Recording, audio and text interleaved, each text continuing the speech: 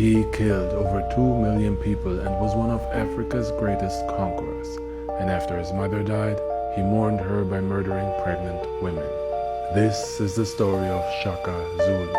Shaka was born in 1787 to the chief of the Zulu, but since he was born out of wedlock, the Zulu clan did not accept him. So Shaka grew up with his mother's clan, swearing to one day come back and take the Zulu throne. At the time, tribes were not warriors but herdsmen. Disputes were settled with cow exchanges, and the long spears were used for hunting exclusively. Shaka changed that.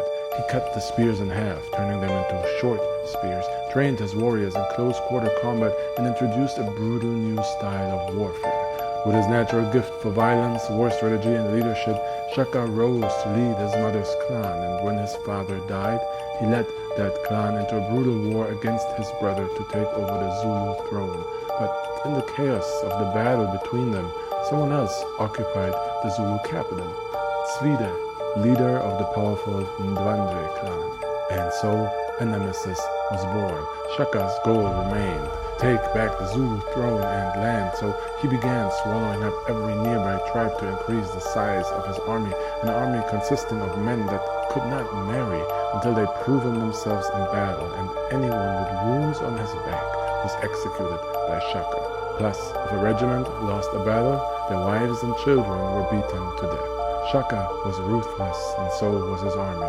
They grew his territory from 10 square miles to 200,000, from 1,500 herdsmen to 50,000 warriors bred in blood.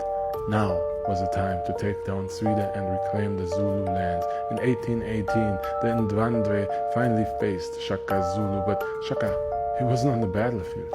While his army kept the Ndwandwe busy, Shaka and his elite troops marched on their capital, singing Ndwandwe victory songs as they approached. The Ndwandwe people thought their men were returning home. Women and children rushed to greet them and were slaughtered by Shaka and his men. Shaka Zulu had won. Zwide fled to avoid a death sentence at Shaka's hands, so since Shaka couldn't kill him, he settled for the next best thing: Zwide's mother.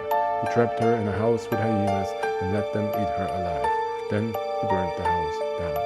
By 1819, Shaka Zulu ruled the land. All other tribes were either dead or absorbed into the Zulu, but the violence, it didn't stop there. The fleeing tribes spread that same Zulu brutality into new lands, and that ripple effect caused 2 million deaths in just 15 years.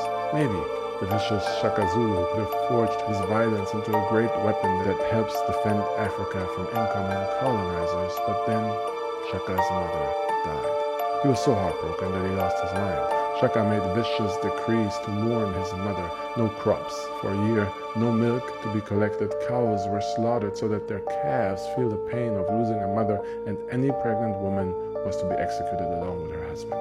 7,000 others were simply killed for not grieving Shaka's mother enough. And so, as grief turned into madness, one of his brothers stabbed Shaka Zulu to death.